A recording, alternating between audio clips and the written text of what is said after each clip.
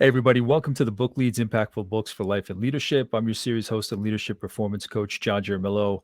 This podcast series is about getting to the books that have impacted the lives of the people in my network, old connections, new friends, old colleagues, whoever it may be. These are all great books, so I'll be interviewing my guests to get to the value and the insight in those books that they want to share.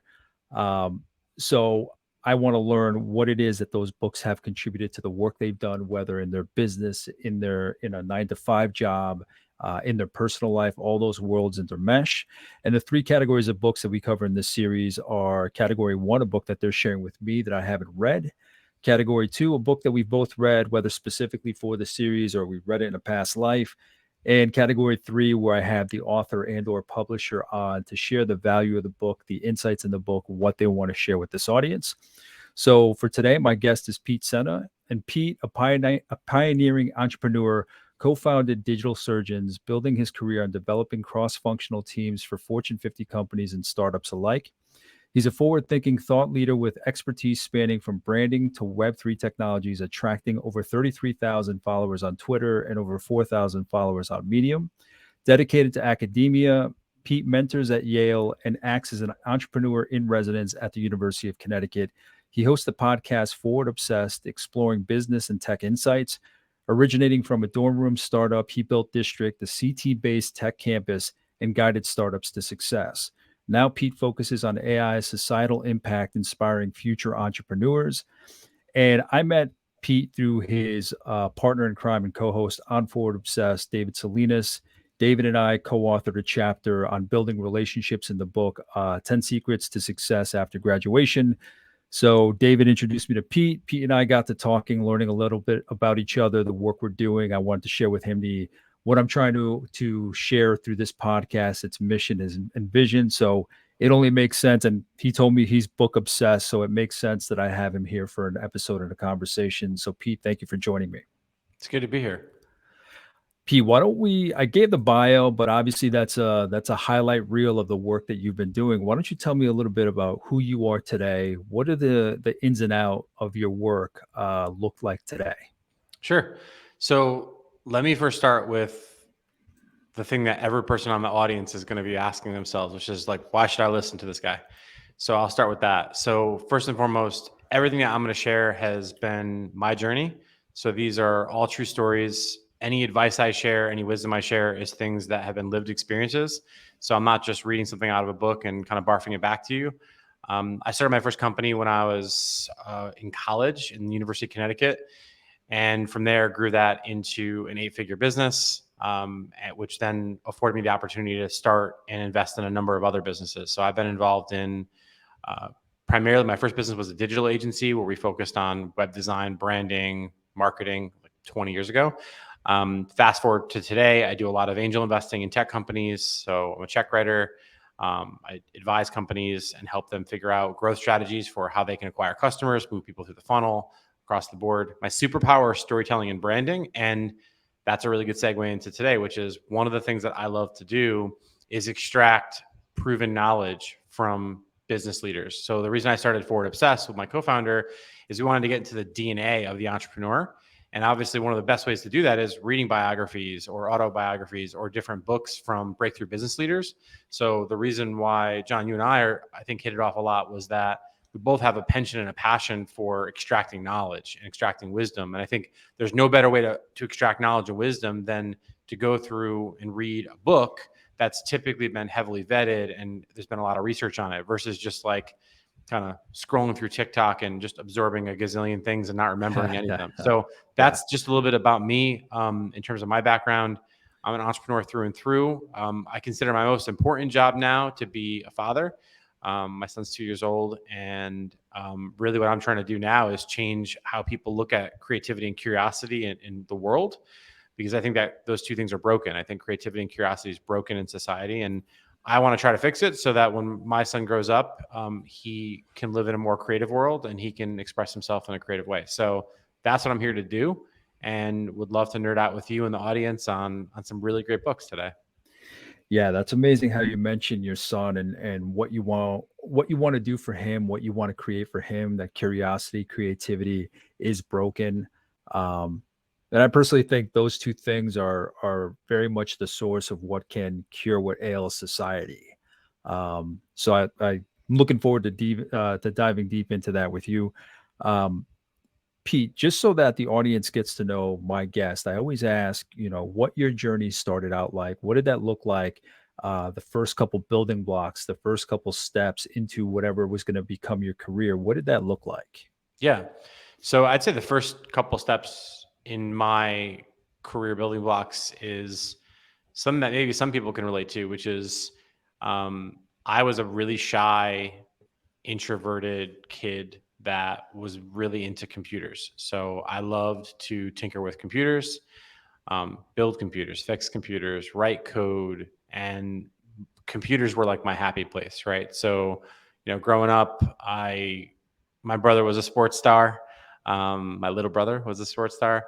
So I think I was the like quiet, nerdy, skinny, scrawny kid with acne, and I spent a lot of time in my parents' basement, doing shit on a computer. So Hmm. why I share that is that, you know, if you told me 20 years ago that I would be on a podcast right now live with you talking about things, there's no way in hell I would do that, because I just was deathly afraid to be on a stage or be on a thing or be sharing my Yeah. opinion. So a lot can change when you put your mind to stuff. And now I love to be in spaces and places like this where I try to talk to my inner introverted kid whenever I'm on this journey and sort of provide the pearls of wisdom that I wish were provided to me that weren't.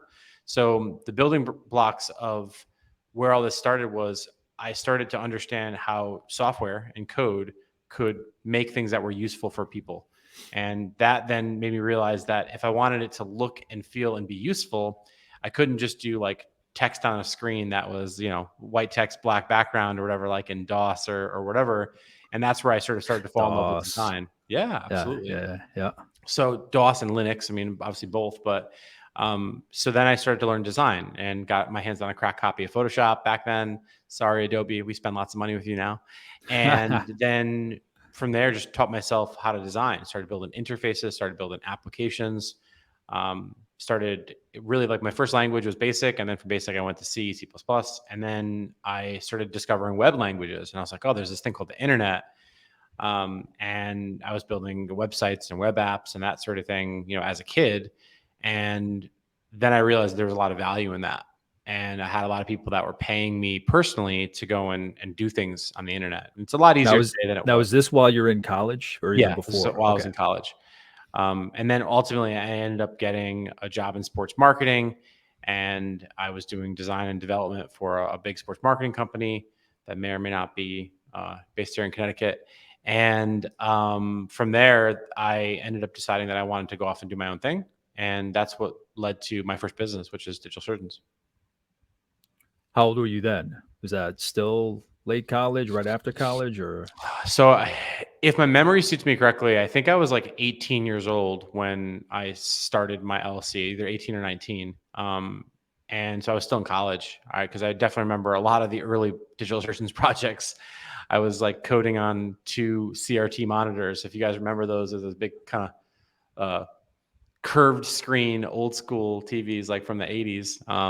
And so when everybody was going out and getting drunk and partying and chasing girls, I was in my dorm room, drinking Red Bull and writing code and building apps and apps for really big companies. And from there, that just led to more work than I could handle, and I started hiring people. And then from that point forward, then I had kind of a really pivotal moment, which is how we met John, actually, through my co-founder David. And then he and I connected, and the rest is history. How did you guys connect, Pete? So we were introduced through a friend, and he was in the search marketing world at the time, and I was more so doing creative stuff. And a friend of ours thought that we should meet because I did computer stuff, is what he told Dave, and we connected, and that's where it all came from. Awesome.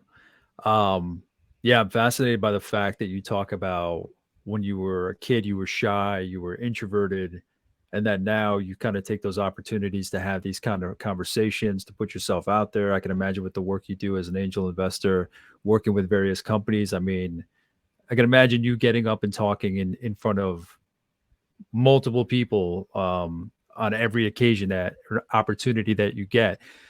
Can you speak to that? What do you think it was that shifted you from, because I mean, I have a similar experience, not specifics of career, but in terms of that shy, introverted kid versus now any opportunity I get to talk about what I love doing, boom, I'm out there. How do you speak to that? What's your reflection on that? What is it that Yeah. kind of brought you out of that shell? A lot of things, to be candid. First and foremost, for the audience, I'm still an introvert. So, Same here. you know, that just because you're introvert doesn't mean that you can't communicate. I think there's a big misnomer there. So for me, Hmm. I recharge by myself. Hmm. So when I'm having days like this, where I'm on a lot of interviews, I've got back-to-back interviews today. Tonight, I'll be really quiet by myself, just sort of recharging. So that's the introvert in me. As for like how I stepped out in front, what I realized was that, and this is going to kind of cut into when we're going to talk about the first book, right? Well, I guess I don't know which order we're going to talk about, but I think, one of the books that we both share is Rick Rubin's book, which I see here both in plain view, is this idea that success is this big, interesting thing around. There's a lot of people that are like loud and successful that are not actually talented, Mm. and that talk a lot of shit and can't back it up.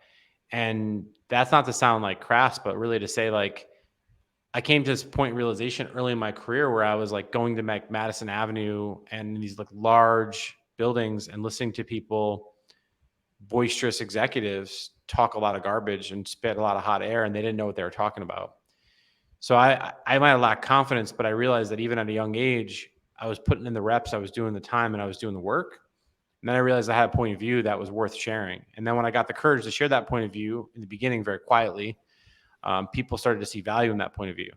And then when I got the ability to sell my ideas, and people started to buy into those ideas, I started to see how that could move markets and that could move people and that could create shift in mindset and shift in share of wallet. And what I'm talking about here is business building, whether it's sales, marketing, whatever the things are. As a designer, those things were pretty easy and they came easy to me. So that's where I think I started to get the courage and the confidence to step out in front. And I realized that the more that I could step out in front and into the light, the more that I could present my ideas myself and not just hand the PowerPoint to somebody that would go present my ideas and then they would get torn to shreds or not happen. I realized that I had to take matters into my own hands. And that's where I stepped out into the light outside of the shadows. And I think that what I realized was, as scary as it might be, and it's still scary, right?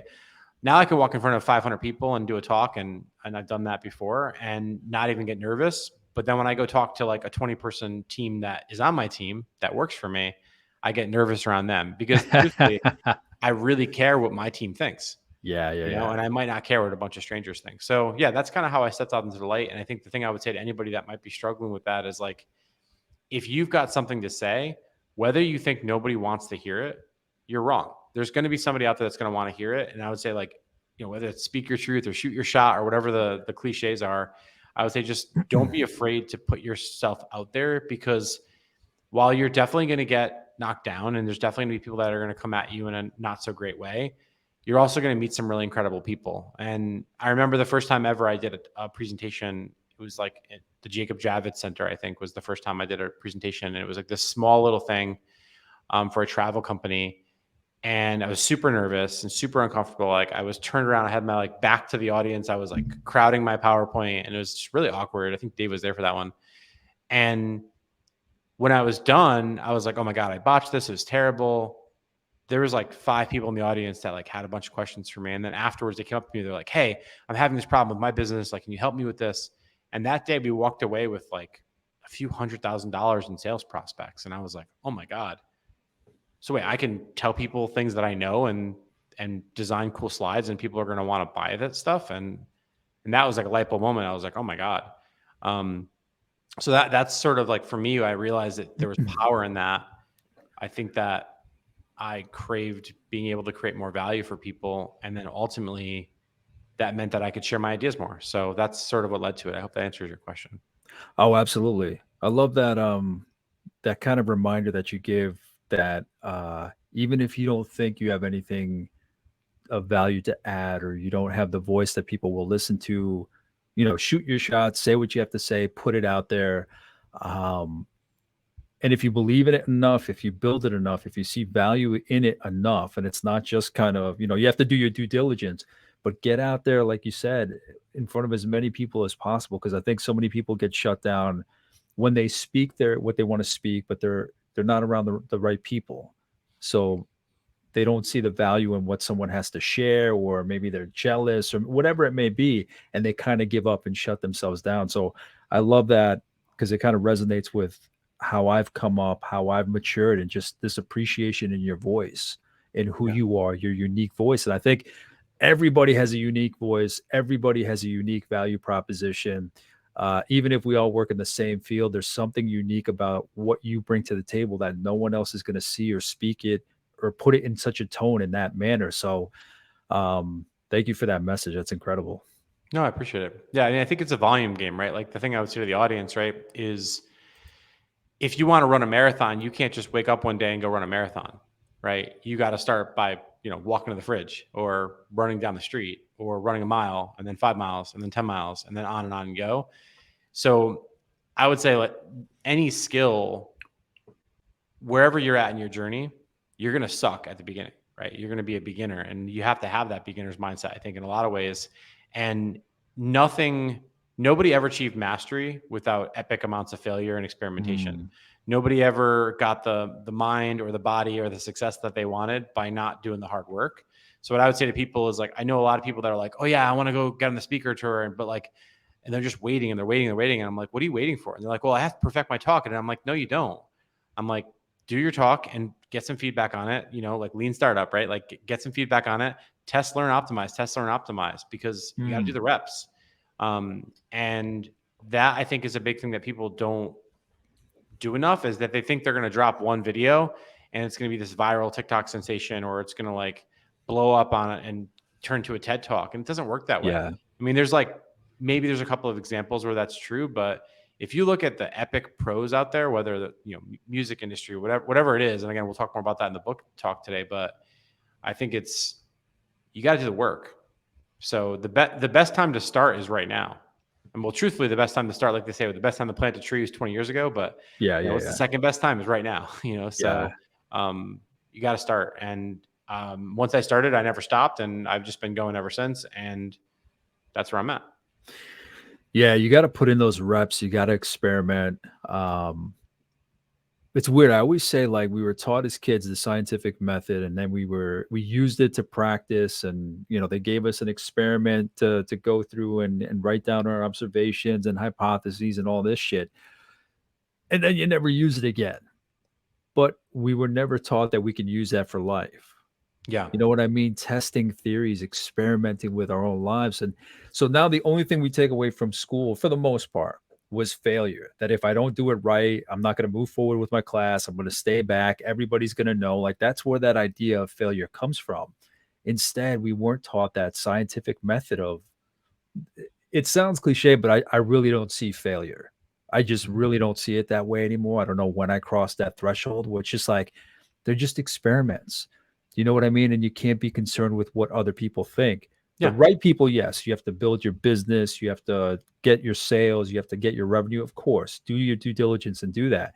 But so many people stop themselves because of what other people might think, or that something won't work out. I don't know. It's just, we lose so much to that fear of failure, where I just wish we saw it more. It's just experimentation, tweaking, going, improving as you go. Just like you said, get out there and do those reps. Yeah.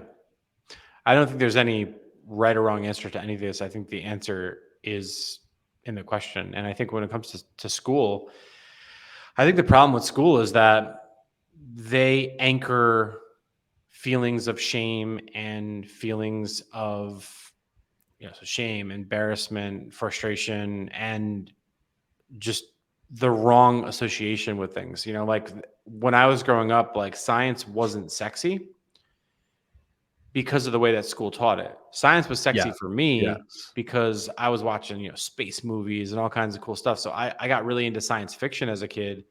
And that was where I was like, all right, well, how do I create these new realities? And what are the sort of principles that everything's grounded on, those first principles? And sort of thinking that way, like, really helped me to never stop using the scientific method, I Yeah. think going back, I had some really shitty teachers, and I went to public school and I went to a public university, which is now a great university, UConn, love that. But back then, it wasn't the greatest experience. Again, I had a really, really bad education experience. I also have ADHD, so like the way that I learn and the way that I focus is very different. And um, I just feel like right now we try to give people pills to drive them to progress, when instead I think we have to unpack what progress means. And progress is the pill, in my opinion. I think that we just need to lean into that a little bit more. And I think that's where non-linear journeys, which I think my journey, and I'm sure your journey, the listener, has also been non-linear. It's like, it doesn't work the same way that it worked 50 years ago. And you don't have to do the shit that your parents or society tells you have to do. And I think Mm. not every decision is binary. I mean, shit, we're living in a world today where not even gender is binary, right? Like everything is non-binary as a construct, I think. And Yeah. if we start to like lean into this idea of like what is calling to us, whatever that work calling is or life calling is or whatever it is, and then just follow that curiosity and then apply that test and learn scientific method concept to it, magic stuff happens, man. Yeah. And I think, what I would argue is that I do think you still see failure, John. Like, I don't know you that well, but I think you do. I just think that you've reframed what failure means to you. Failure is, hey, this is what I learned from it, right? So what I say is fail, first attempt in learning. So what Mhm. did you Yeah. fail with? Okay, well, my first attempt in learning was that this and this worked this way. All right, let's test it this way. Let's look at it this way. Um, and that's just how I live my life. And I'm trying to raise my son that way, where it's not about like, this has to be the way to do it. Um, and it's tough, right? It requires a lot of patience. As a leadership and performance coach, everybody's got a different set of intrinsic motivations. Yeah. One of my other favorite books is Drive by Daniel Pink, right? Where he basically said, you know, purpose, autonomy, and mastery are the three things that drive people in their intrinsic motivation systems. I never forgot that, and I've read that book only one time, but it always stuck with me, because I was like, extrinsic motivations is carrot and the stick, right? Mhm. You want to get people to be motivated, pay them more money. And it's like, no, that's not necessarily true, because nowadays money is just a form of currency. And what might be more important to people is not being chained to their desk every moment of every day. I think what people are chasing now is freedom. And Yeah. certainly, yeah, everyone wants to be able to have that. But what freedom means to you and freedom means to me might be different than what freedom means to you, the listener on the show right now. So, yeah, I don't know if that's helpful, but that's just been my journey, and that's how I think about things. And if nothing else, that helps me sleep at night. Yeah. Yeah. I mean, nothing, I say it like when I'm speaking, I say it when I'm writing or sharing anything, nothing is cookie cutter. You know what I mean? My insights are just options, the ways that I see them, what I've seen work for people, just options. But I'll never go in somewhere and say, this is how you do it and you'll get the same results, because as you said, everybody's just different. We got to customize our approach to our life experiences, where we are, our upbringing, so many factors that go into it. Pete, the next question usually is, how do you tie your childhood to what you're doing now? Does it make sense that you're doing what you're doing? I think you Yeah. answered that beautifully. Is there anything else that you would add? Yeah. So, two people are responsible for my childhood: my mother and my father. That's a pretty biological response, right? But what's interesting is I look at this 40 years later and I say to myself, my mother is a selfless person, always in service of other people. My father is a extremely driven, stubborn, hardworking man that wants to take care of his family. So my father always had this drive, always had this work ethic, and I think that he was the son of an immigrant, so he came up, didn't have a lot of money, went through some tough things. Didn't really go to school too much, that sort of thing. And as a result of it, the streets were his education, and people and reading people and seeing people, he has an incredible skill at. My mother was selfless, and she was always doing stuff for other people, my family, me, my father, etc. What's interesting is now you look back, and now that I'm a parent, I say, wow, like they were still figuring out life when they had me. Like, you don't realize that until you become a parent, right? And for me, looking back, I'm like, holy shit, my first company was a service company where I helped other entrepreneurs build their companies. I was a really talented coder and still am.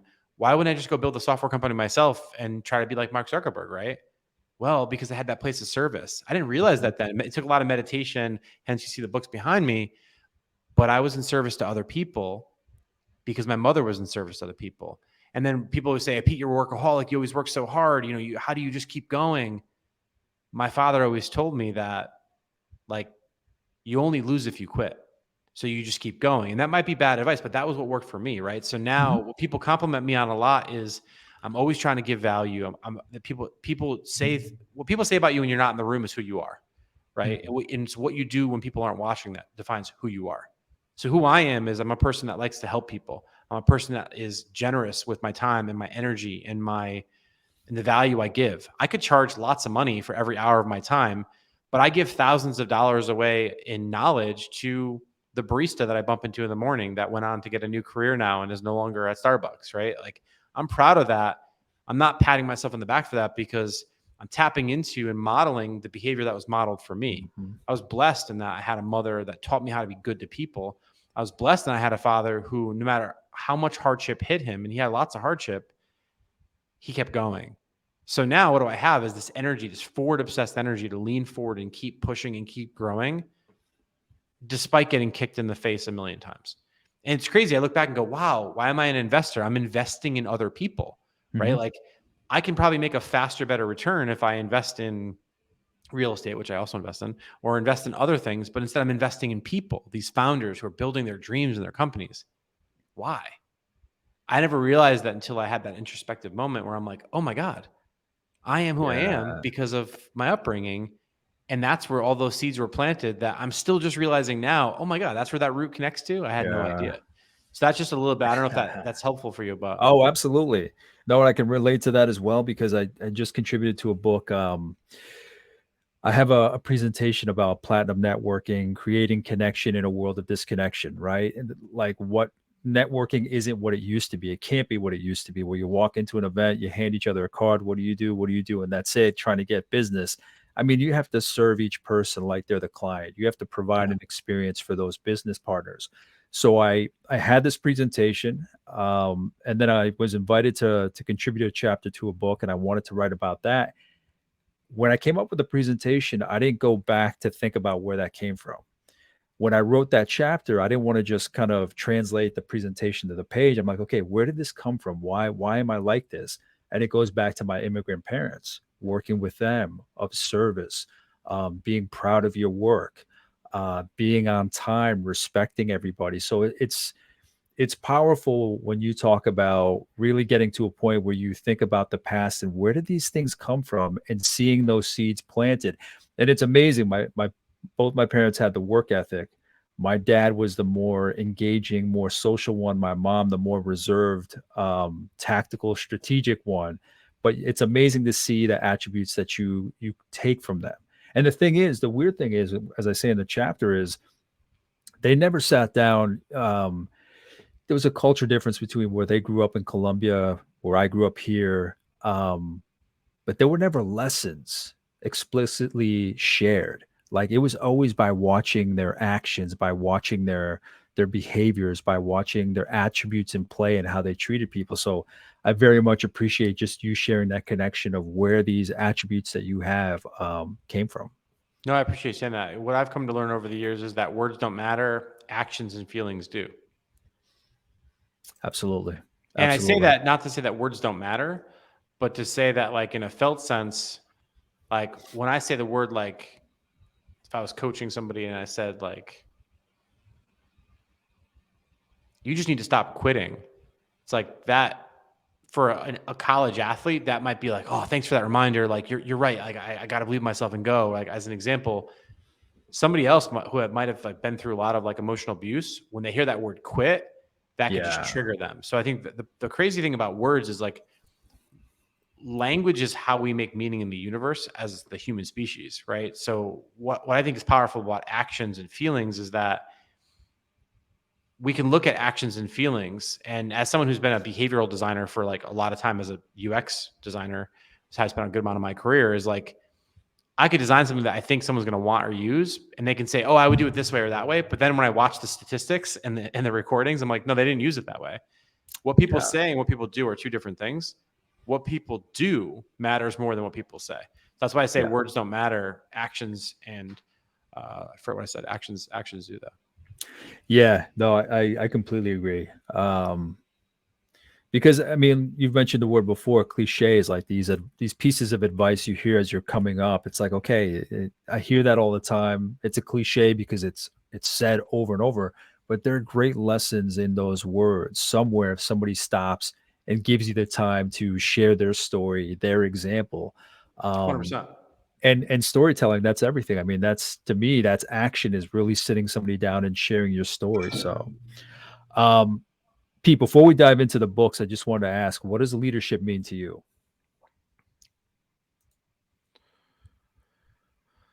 Leadership to me is having or understanding a vision of where you are going and enlisting others to go on that journey with you and modeling and demonstrating what that should look and feel like.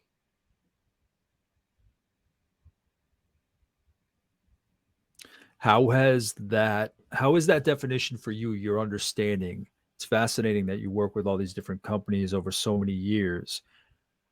What's your take on the way you reflect on leadership based on working with so many different companies, so many different leaders, startups, Fortune 50, those that are already established, that are just getting started? Just if you could, I'm curious what kind of insight you have on leadership when it comes to working with so many different types of businesses.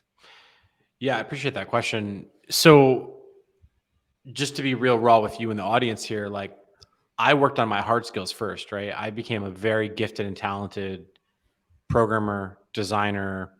Those are the skills I put my energy into. I mean, I could do things even still to this day. Like if you watch the way I use a computer, I know every shortcut. I move through a computer like it's like just water for me. The problem is I waited way too long to invest in the soft skills, and the soft skills are the ones that matter the most. And that's emotional intelligence, and that's communication and clarity, and being able to understand the true principles of leadership. And I invested in those principles too late. So as for your question, I think what I've learned now is leadership is not about you. Leadership is about serving the people that, whether that's serving the mission or serving the people that report to you or whatever it is. I think my model of leadership wasn't modeled for me early on because the only place I saw leadership was, you know, watching these like global corp CEOs and the way that they showed up. And that, I think leadership's a very personal thing. It's a very bespoke thing. It's like a snowflake. And while I would argue that there are specific principles of leadership that we can all agree on are good for the organization and good for people, I think that there's a lot of subjectivity with leadership. So I don't mean to evade that question, but rather to say that, like, I think what I've learned by working with a lot of these different organizations is that everyone has one thing in common, which is humans are selfish, right? There are essentially three things that drive all human beings: fear, greed, or love. And if you can understand which of the ones matter more to people, some people care more about greed, some people care more about love, some people care more about fear. If you know what those levers look like, then you can understand how to communicate in a way that speaks to that person. Because ultimately, no matter what, and this is the no bullshit answer, everybody asks the question, Whiffy, what's in it for me? What's in it for me? What's in it for me? And so what I would say is, here's what's in it for you. Here's the what, and then here's the so what. And I think it took me a long time to realize that. You know, I might be working with a CEO of, like, for example, just recently working with a CEO of a $100 million company.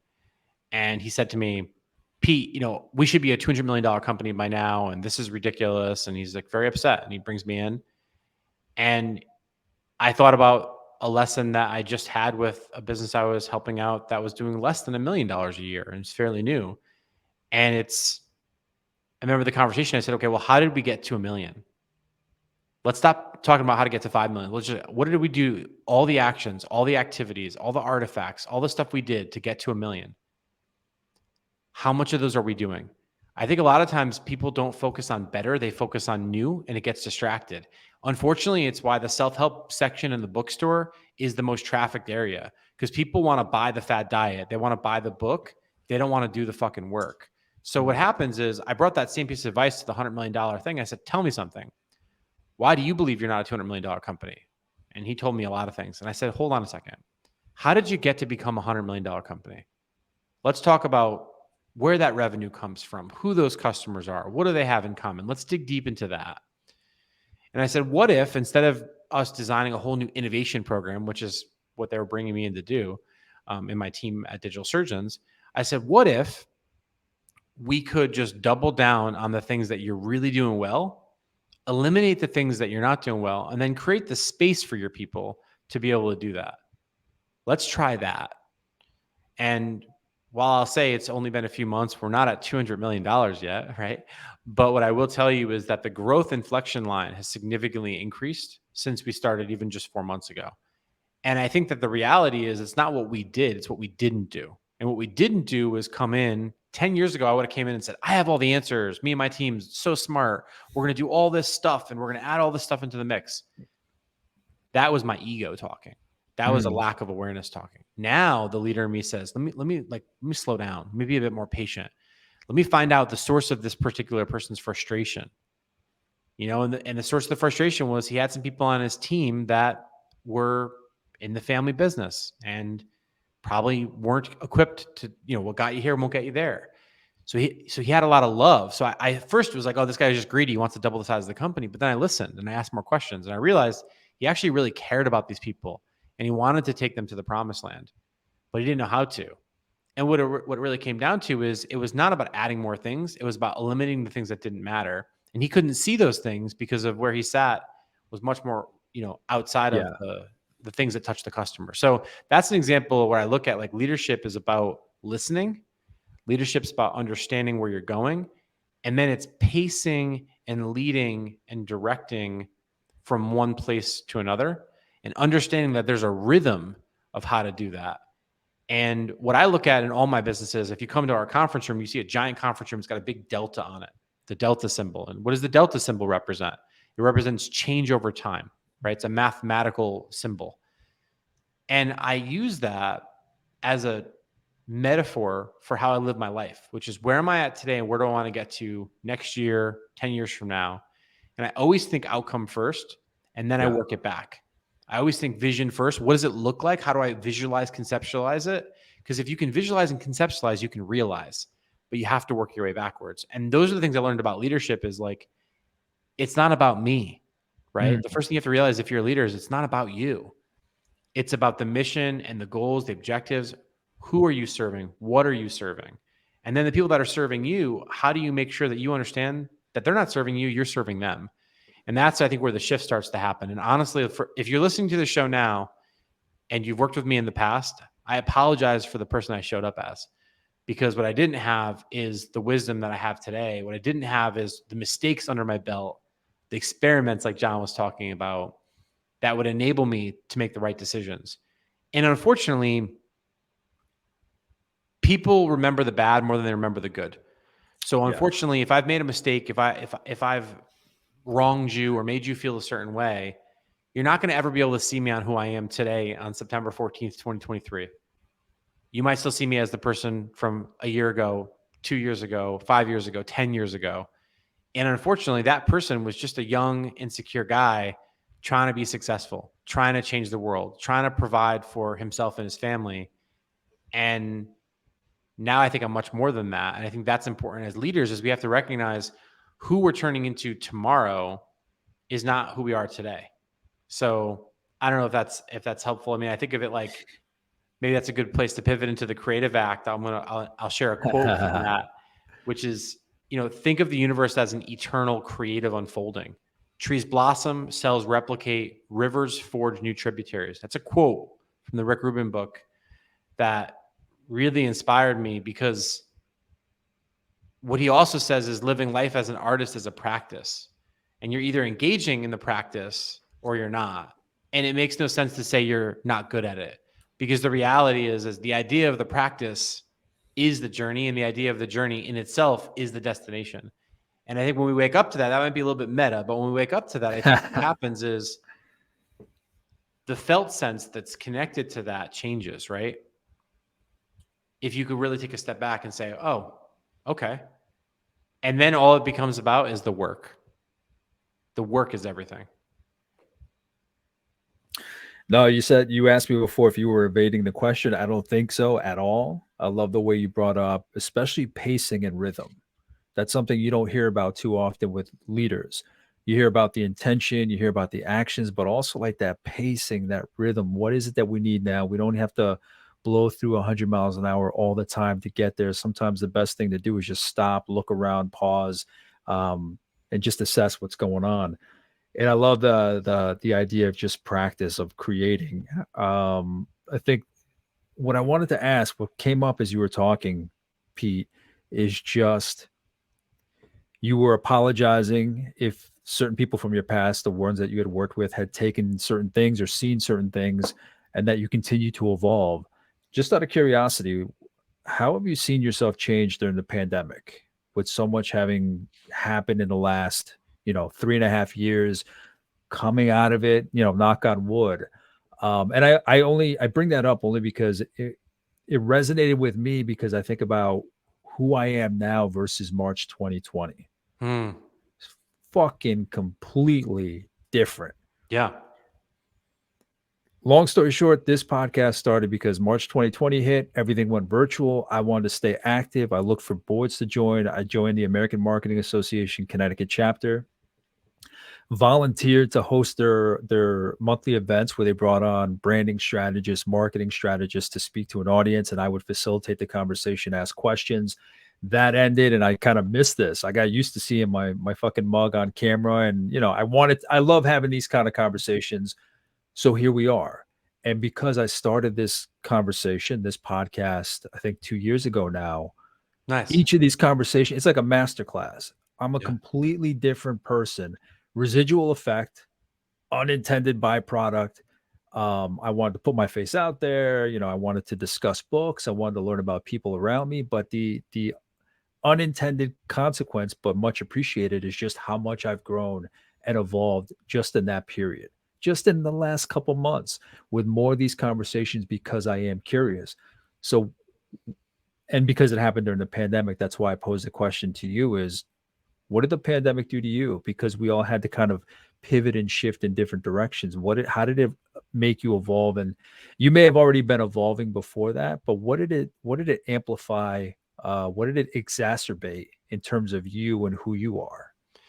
I love that question, and I appreciate you sharing your journey. It's really inspiring to hear just how it's affected you in a prolific way. The first thing that really stood out to me about when we had a lockdown as a country and a world was I was an incredibly digital native introvert for most of my life. And then in my late 20s, I started to learn how to be out in front of the camera, not behind it, out in the light, as we talked about. Mhm. And I learned how to interface with people. And I got really good at how to read people in meetings and rooms and in person. And I really thrived on the energy of being in rooms with people. You know, so much of the way that we worked used to be design thinking workshops and in person, and like just like really the energy of that. Excuse me. And the energy of that went away when we went virtual. And so now all of a sudden, who I was as a kid, that introvert, at first was like, oh man, like I'm regressing into that introvert again. And that created an interesting tension, an interesting conversation between myself and where I was showing up and how I was showing up. And I saw a lot of other things start to peak up, right? Like anxiety started kind of sparking a lot for me. Not feeling like I could read and understand people, like being in meetings with either clients or my teammates from different companies that I own, and having people on Zoom or on video, not on video, or feeling like people were distracted, or feeling like there was none of that travel time or commute time to kind of decompress that I always took for granted. Like I was on a train to go from here to New York, or I was on a plane to go from here to, Dubai or wherever it was for work. None of that existed. So now I was like, wow. So post pandemic, what it made me realize is the absolute craving that I have and that we have as humans to connect with people. We are social creatures, right? If you look at books like Blue Zones, where they talk a lot about the people in the world that live the longest lives, one of the things that they say is a contributing differentiating factor for longevity in life is sense of community. And what we see is specifically a lot of the research is when people retire, retirees that don't have a sense of community actually lead to way more health issues and years of their life disappearing and dying younger, or sorry, dying younger. So it's powerful to me to think that while obvious things like diet and exercise and hydration are really critical, sleep, etc., one of the big factors for depression, suicide, all these different things, the data shows us that community is important, right? If you look at I think it's an alpaca, if I'm getting that animal right, where if you get only one alpaca for your farm, like it'll have problems or issues or whatever, versus because they like to be in pairs, in packs of two. Or if you've ever seen two dogs that have grown up together and then one dog, passes away, how that dog behaves after they've lost that companion. We see that with loved ones where they've, a couple's married for 50 years and the loved one passes away, and then shortly after the other one passes away. I'm not a doctor. I'm not a scientist by trade, but I've read a lot of really smart things that talks about the importance of community. So as to your question, I miss being in person with people. Last night, I got together with a dear friend of mine in person. We had a multi-hour dinner. And then we closed the place out because it was a Wednesday, and we just walked around New Haven for like 2.5 hours, just in a loop. And we were just talking about like life and all this other stuff. And it's kind of crazy. Both of us have kids now and the whole thing. And, that's where I think the magic is. So how has post-COVID changed me? It's made me realize that I desperately need community. I desperately need people for my mental health, to share ideas and to problem solve, and to not be beholden to only transactional relationships. What COVID did for a lot of my clients, I'm in the service business, one of my businesses, was it made everything so transactional. And then it created these like unspoken rule sets where every time someone sends you a Zoom link, everyone feels like they have to be on video. So I started to challenge the status quo. I would call my team members, my one-on-ones, and say, "Hey, let's go on a walk and talk." Now, granted, it was COVID, right? So I'd be in my neighborhood, they'd be in their neighborhood. We wouldn't see each other, but we'd be on the phone. Why do we need to see each other? We know each other. We trust each other. I'm not trying to learn who you are and how you emote, John, right? I already know you. So that was a powerful thing. So I'd say what COVID made me realize too is that life is more than work. And it made me really, really understand that, it wasn't that I was a workaholic because I just like to work. It's that I like solving problems with people. And when they took that away from me, work wasn't as gratifying. I was still doing the same thing in the middle of the pandemic as I was before, but it was far less gratifying, because ultimately it was those human connections that really lit me up, that really made me excited. It was reading that book and then being able to talk about it with someone like yourself in person over a nice coffee or a nice drink or dinner or whatever it is. Like, I'll take that any day of the week versus like sitting in front of my computer and like, I don't care if I can get up and do my laundry, like, and I have to commute to work. Like, that commute to work is my sanity back and forth. Yeah. Now, again, it's different for different people, right? I'd imagine if I sat in an hour commute every day in traffic and I had to deal with a bunch of people who were distracting me at work, again, this is not me making a rally cry for in-office culture. Yeah. This is me saying, this is how I've changed post-pandemic. I have a much deeper sense of purpose now in who I am. And the people I want to connect with, I do with much more intention now. Again, that's my journey. Yeah. I can only speak my truth. And I hope that everybody else has had their own reflections on their post-pandemic life. Yeah, it's one of those rare silver linings of the pandemic. But yeah, just that word intention, that's just everything. That's just everything. Because I think even with my mental health, it suffered during the pandemic. Nothing that I've done since then has changed. All my actions, the things that I do are the same, but it's just my intention, what I expect out of things. So thank you for sharing that. Now, why don't we jump into the books? Let's do it. Pete, introduce the books, then we can jump into questions on the first one, then questions on the second one. Whatever order you want to go in is fine by me. Yeah. So why don't we start with Rick Rubin's The Creative Act, which is right here. So how'd you come across this book? I have a man crush on Rick Rubin. Awesome. Yeah. I think I saw him doing podcasts earlier in the year or leading up to its publishing. And he's just one of those people. He's so prolific. I love the fact that when he puts out a project, if they say, okay, Rick Rubin's got a project coming out with an artist, you have no idea what kind of music it's going to be. From like the old school rap and the Beastie Boys and LL Cool J to Jay-Z to Red Hot Chili Peppers to working with Johnny Cash. He's just so prolific. And that's why I wanted to read this book, is to get a sense for him, because if you're in a certain genre of music and you're a producer, you may have like your stamp. Everybody knows your style. But if you're somebody that jumps from one genre of music to the next, and they're all great musics, but you can't easily pick out, okay, this is a Rick Rubin song, because you're jumping across genres. I was curious how he was going to translate the power of creativity, knowing his history and working with so many different artists. 100%. What I think is actually really interesting, if I could go back to it for a second, Absolutely. is you asked me a question about leadership. What I think is prolific about Rick Rubin is what makes a RZA song a RZA song producer. What makes a Kanye song producer. What makes a Swiss Beats song a Swiss Beats song producer is that they have a signature sound and a signature style, and that they are master craftsmen in their craft. What makes a Rick Rubin song is that he channels and unlocks the artists that he works with. So it is not a Rick Rubin song. It is the purest form of what Eminem's expression is on that song, or the purest form of what Johnny Cash is expressing on that song. I think that the leader that Rick Rubin is what makes what makes him be able to understand the true expression is the expression of the artist. It's not about a Rick Rubin produced song. Rick Rubin's actually his first, if you look at his first album, they talk about this in his documentary Shangri-La. They talk about this in some of the other things it's well trafficked on. The first album was reduced by Rick Rubin, not produced.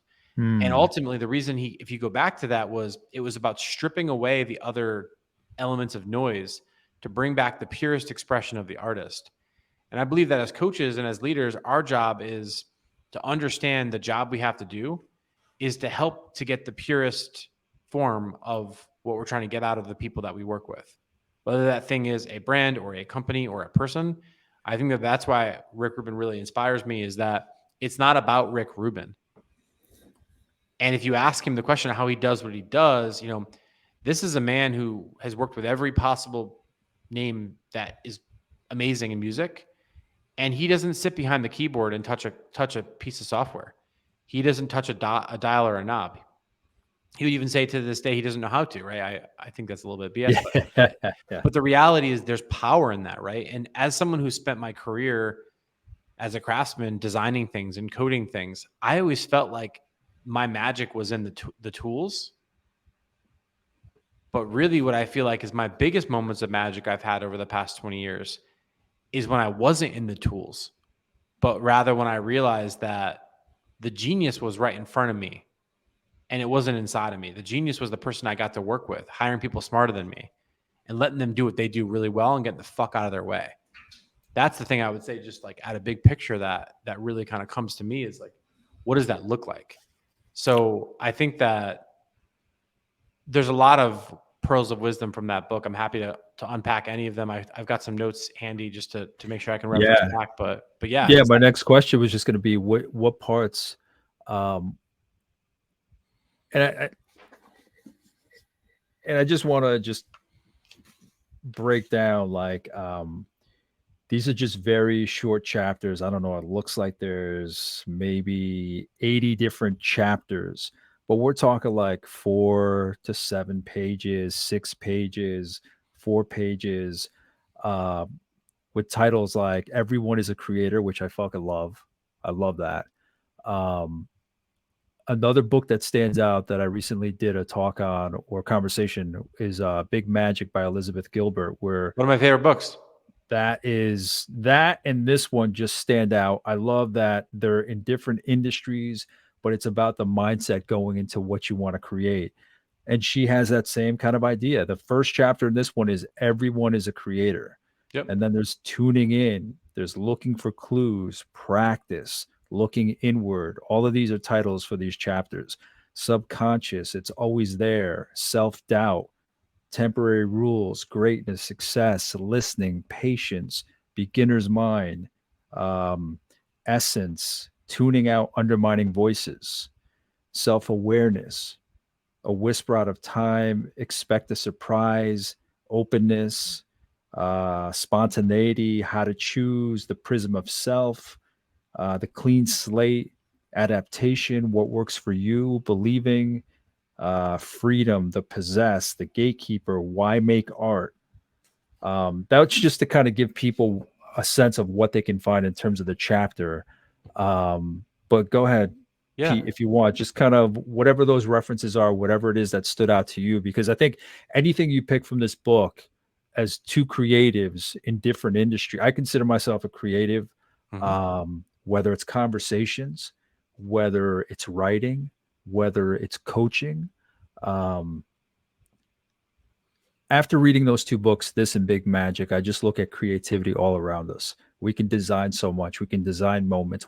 You and I are co-designing this hour conversation that we're having. So it just opened up my mind. But I'm curious, what is it that might have stood out for you in your notes? Yeah, no, I will definitely cover that. One thing I would say is if you like those two books that we just talked about, Big Magic and this Rick Rubin book, you definitely have to read a book that changed my life, which is The Net and the Butterfly by Olivia Fox Cabone. That book is a tremendous articulation of how insights and eureka moments happen. And that person also wrote The Charisma Myth, if you're familiar with that book. I've But heard the title. yeah, just incredible book. But back to Rick Rubin. So one thing I think is really prolific about that book is if you hand that book to somebody, you can open that book to any page and you can read any page in that book in any order. And there's a moment of introspection that can occur as a result of that. And that is the powerful thing about the Rick Rubin book is that Rick Rubin book 100 years from now will be valuable versus half the books that are behind you right now, half the books that are behind me right now are already not relevant or they won't be relevant in a few years. That book Mhm. is it's a book of evergreen creativity, right? And what Rick Rubin talks a lot about in that book is creativity is a fundamental aspect of being human, period. Right. And I think that there's so many lessons in that. I mean, I'll just give a couple. It's like setting the bar low, especially to get started, frees you to play, explore, and test. That's the lesson from Rick Rubin. Good habits create good art. The way we do anything is the way we do everything. Treat each choice you make, each action you take, each word you speak with intention. I spent a lot of time on that line right there. And what's beautiful about that book too is Rick also narrates the book in the audiobook, and he's got this really powerful, calming voice. It's almost like listening to meditation. Yeah, it So is. sometimes I'll just turn him on and um, we'll go from there. So the thing that to sort of like unpack, right, is I'm just gonna pull another thing up here is I recently was designing an Instagram carousel and I was doing it because I remember we were going to talk about this conversation today. I was like, you know what are the key things that I can share with John and his audience? And I want to share some of them with you. So I said this to my team the other day and their eyes lit up. And what's powerful, I think, as a leader is looking for eyes light up moments, right? And eyes light up moments are when it's not the head nod, it's not the it's acknowledgement, but it's unlock, right?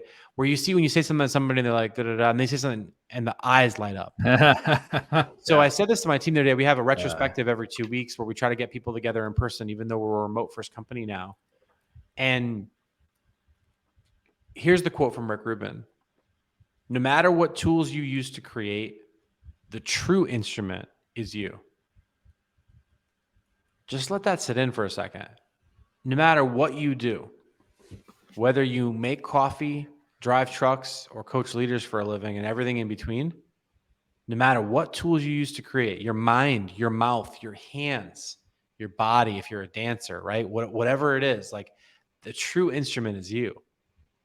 Our mind is an instrument. Our mouth is an instrument. Our hands are an instrument. Powerful, right? So a couple others I'll just read here and then kind of share what really kind of strikes me. Creativity is a fundamental aspect of being human. It's our birthright. No matter what people tell you, right? So this is me. No matter what people tell you, you are creative. We're born creative. People beat creativity out of us in a lot of ways. Yeah. But I think that if we go back to it, it's powerful, right? Another quote here: to create is to bring something into existence that wasn't there before. Failure is the information you need to get where you're going. To me, you and I were talking about test and learn experimentation, right? Failure is the information you need to get where you're going. That's powerful. Super powerful, right? In other words, the way I interpret that, and again, the beauty of that is we can all interpret it so differently, is for me, it's like the exercise of doing the work reveals clues that then reveal what we do or don't do moving forward, right? It's back to that $100 million CEO that wants to get to 200 million is what am I going to start, stop, and continue doing? Failure, what isn't working, oftentimes tells us more than what is working. These are my thoughts just from these prompts. Another one from Rick. To be evaluated, ideas have to be seen, heard, tasted, or touched. What I love about that is that opens up a paradigm of like, no matter what it is, music, film, a leadership coaching principle, a one-on-one meeting with your team, a chef, any person, an angel investor that's making a spreadsheet, right? To be evaluated, ideas have to be seen, heard, tasted, or touched. Therefore, they must be experienced is the way that I take that away, right? Another one from Rick. When we don't know yet where we're going, we don't wait. We move forward in the dark. I think that I love that one. People often get tripped up by ambiguity. One of the things that I call myself forward obsessed is that I thrive in ambiguity. I thrive in chaos. Yeah, I've said that so many times in the last couple months on this series where the pandemic just taught me, nothing is in your control. I think that's all my anxiety kicked up is like, as a father of 2 and then now 3 kids, it's like this uncertainty. And I felt like everybody was looking to me, like my own ideas, my own perception. But I got more peace in my heart, more peace of mind when I realized that I can't control all that.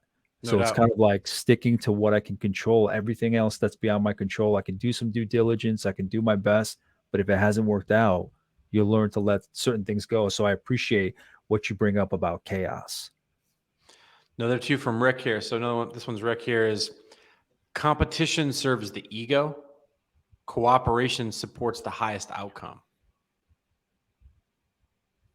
And for me as a leader, when I read that quote, and as a creator myself, when I read that quote, I realize that when my ideas are competing with others' ideas, it's my ego that's taking over, right? When it becomes, who are we serving? The customer, the market. It becomes less about if it's John's idea or Pete's idea. It becomes more about what does our customer need most and how do we understand that? How do we put things in front of that customer to test what does or doesn't work? Because ultimately what works is most important. And the work is that idea of cooperation. So that was one that struck me. And then the other thing that I've noticed is like one of my superpowers is the same superpower that every person listening to the show has, and they don't even realize they have it. Your superpower is the way that you see the world. Period. End of story. So this one's from Rick here, which he says, look for what you notice, but no one else sees. I'm a firm believer that we pick up experiences, we collect experiences, we collect relationships, we collect these artifacts in life.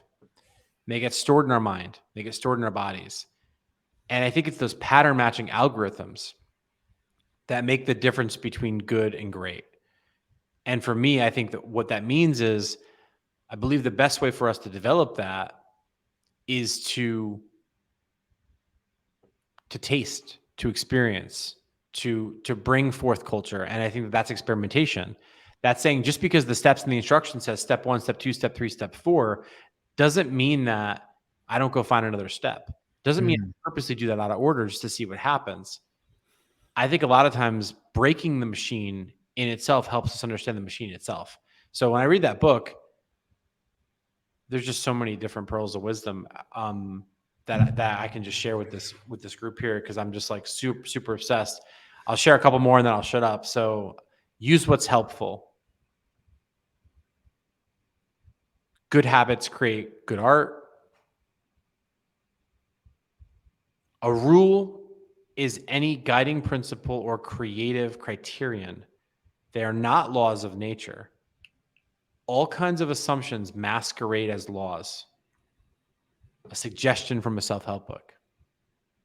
Yeah. And this one I think is a really powerful one for me, because I think as I've achieved success, as there's more spotlight on me, as now I have a family, all these different things. I don't know about you, but I myself feel like when the pressure's on and there's more pressure, it's impossible to create when you're afraid to fail, right? Fear of failure is why companies do not innovate, period. Here's a quote from Rick. When you believe the work before you is the single piece that will forever define you, it's difficult to let go. The urge for perfection is overwhelming. It's too much. We are frozen, and sometimes ends up convincing ourselves that discarding the entire work is the only way to move forward. And that to me blew my mind, because I went down this rabbit hole and I said, oh my God, the idea of destroying the way I do things is actually in itself a way to unlock new creation. And then I went down this rabbit hole, was Googling different things. And it turns out that sometimes you have to burn down the cedar trees to create the next forest, right? Sometimes you have to kill your darlings or kill the way that you do things so that you can start over and see things from a beginner's mind, or shosen, right? The Japanese principle. So that those are some of the things from Rick Rubin's The Creative Act that struck me. If you're listening to this episode and you do read the book and you want to nerd out on this, I'd love to hear from you on what struck you. There's so much wisdom in that book, and I can't wait to see how you experience it and how others experience it. Yeah, and those are all great quotes, great insights from you, Pete. The only thing I would add is just add and stress is that I think for the most part, people may think, okay, creative, that has to be a writer, it has to be a painter, it has to be a sculptor. But like you said, like the book says, everyone's a creator. I think you can take this book, even if it doesn't matter what it is, pick an industry, pick a field, pick a position. Even if it's not work or business related, even if it's just for your own life, common everyday civilian, nothing to do with your job, nothing to do with business, just how you live your life, what you want for yourself, how you want to see it pan out, the tools that you have around you, the people that you have around you. This applies to all of it. I think I didn't realize how much creativity applies to everything in life until I read this, because as you're reading it, you see different examples in your life.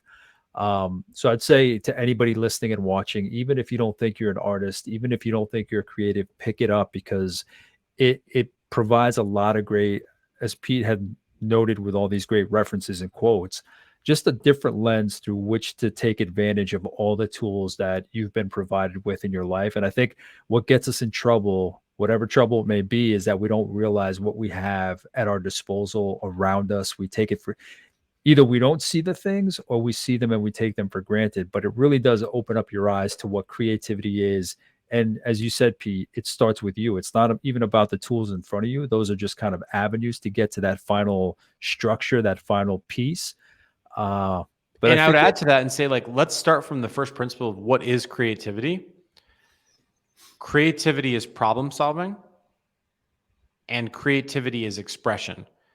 So one of the most powerful things for me is like when I gave my son a crayon and I watched him figure out how to make a marking, right? No differently than thousands of years, probably when a person made a marking in a cave.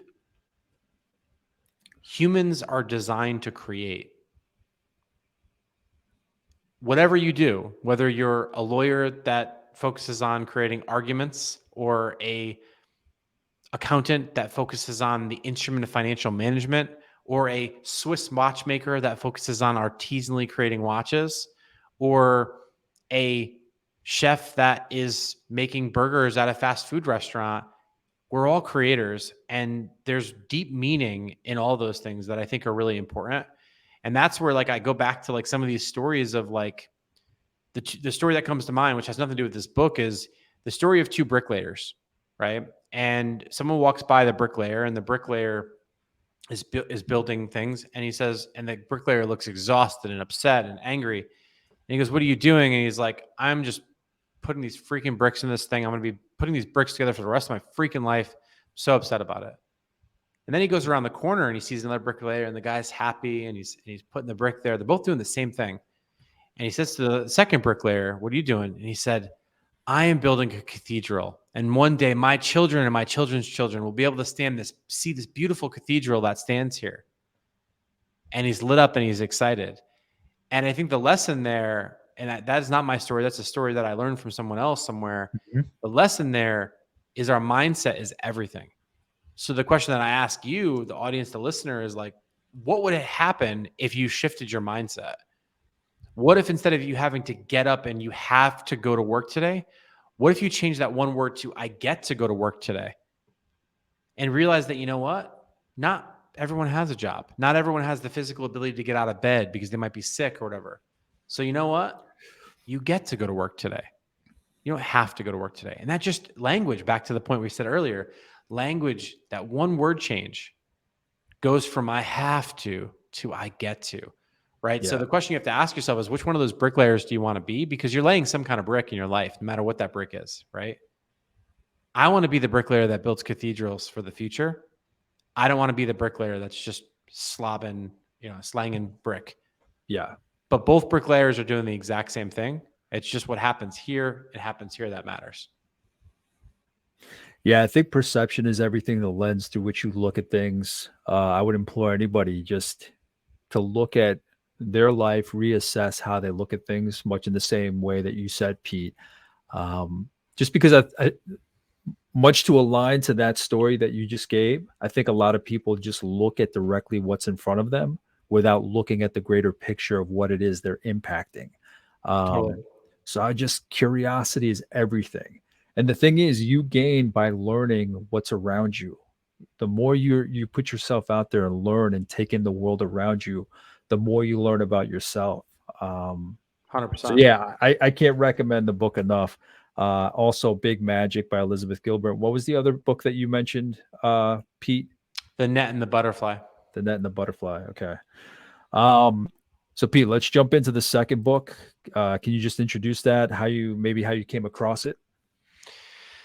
Yeah, I'll go fast because unfortunately I have to jump in 3 minutes. um, No worries, no worries. so the other book that I think is really worth thinking about is a book by Dan Martello called How to Buy Back Your Time. And that book, I think, was a really prolific book for me because I realized very quickly that I was doing too much work and I was doing the wrong work more specifically. So, what that book is all about is it's for entrepreneurs, really about how to calculate a couple of key concepts in the book. First is he helps you figure out how to do something he calls the buyback rate formula, which is most people will trade time for money, but the secret cheat code is trading money for time. So he talks a lot about this idea of the buyback formula, which is if you take your income and you divide it by 2,000 hours divided by 4, you essentially get back to what is the cost. So for example, if you make $200,000 a year and that's your income, and you divide that by 2,000 hours a year and you divide that by 4, so divided by 4, what that ends up getting to is $25 an hour. So if a task comes in front of you and you say to yourself, is that a $25 an hour task that you can have somebody else do? And can you, apologies, my phone was ringing for the next meeting. No worries. And so he talks about there's 3 levels of trade. The first level of trade is trading time for money, and that's income. And Pete, I'll drag you back for a discussion on that book, just so we don't cut that short. Yeah, no, let's do that. Because that's a book that you brought up. You think there are great lessons in it. I don't want to strip it down to too much and take too much value away from it. So I'll definitely have you back for a conversation where we can let's do focus that. on that book. I would look forward to that. I would enjoy that. And then what I would also say too is, why don't we record that one in studio? I'll have you up here in New Haven. I'll have you come down. My videographer can capture it all. Get a couple of different takes on that. How's that sound? Sounds creative. Sounds like something different. I'm curious, so let's do it. Let's do it. Love it. Pete, the last portion for you is, what are you up to these days? Is there anything that I missed that you might want to share, whatever you want that you want this audience to know about? Yeah. So one of my favorite things to do right now is my newsletter. It's 100% free. I write it twice a month. Folks can tune in at petesena.com. There's just a link to the subscribe button on the top of the page, or you can go to petesena.com/subscribe. It's a free newsletter, and I capture thoughts like this, the books I'm reading, the things I find useful in discovery. I cover my successes and I cover my failures. I cover my learnings, and I put that out on Fridays twice a month, and would love to see you on the list. I read every email. So if you get the email from me, you can respond to it, and I'll see every response you send. So you and I, audience, can have a conversation via email. And I'd say in terms of what I'm doing right now, I'm really looking for creative, motivated, driven people that are feeling a little bit stuck. And whether they're individuals or businesses that want to plug into that, I've got a lot of different places that I can point people, many of which don't cost a single penny except for their time and attention. And really what I'm here to do now in the limited time I have left on this planet is I'm hoping to help 1 million people live a more creative life. And when I get to 1 million, the number goes to 10. When I get to 10, the number goes to 100. So help me get those numbers in the building. Absolutely. Hey, consider me a partner in that journey. Anything I can do to help, Pete. I appreciate that. John, I'll talk to you soon, and looking forward to our follow-up to talk about how do I back your time. Absolutely. And if there's anything that I might have missed in that conversation with Pete, just let me know. Reach out to him and I'll send him a message. Reach out to me and I'll send him a message. In the meantime, thank you for watching and listening. I'll talk to you soon. Take care. Thanks so much, Bye. everybody.